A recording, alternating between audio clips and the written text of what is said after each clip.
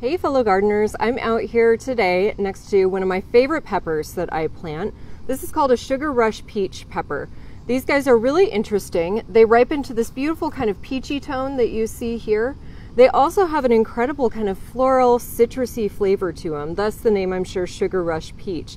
They're extremely sweet, which is unlike anything that I've tasted before in a pepper. It's a highly prolific plant. You can see here all of the peppers that are growing just on this one vine. We've been getting them all summer. They're absolutely fantastic. They've done great in this container, which is only a 12 by 12 inch container, so they're obviously good for a container plant, which is nice because you can move it around your garden, or even scoot it into shelter come fall if you want to get a little bit more production from them.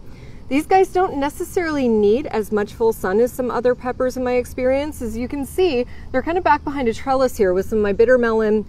Also some poblanos were over here. So they're still doing really, really well despite the fact that they haven't gotten full sun, which is awesome. These guys are open pollinated. They were bred by a guy, he is in Wales apparently, who is a professional at breeding new interesting varieties of peppers. And he said that this was kind of a mistake, but it's a happy accident because they really are delicious.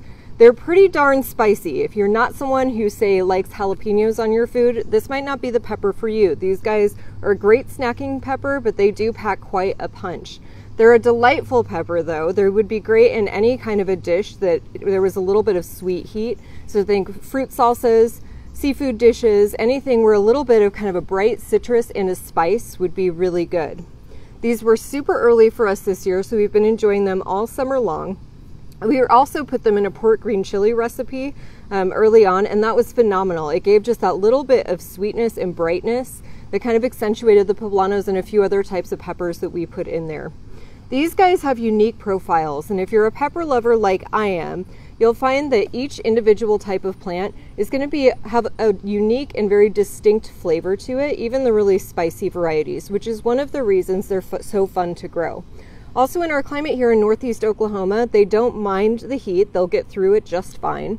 In the fall, there might be some kind of ripply foliage on the top. This guy hasn't been bothered by it though. So these guys are still producing great.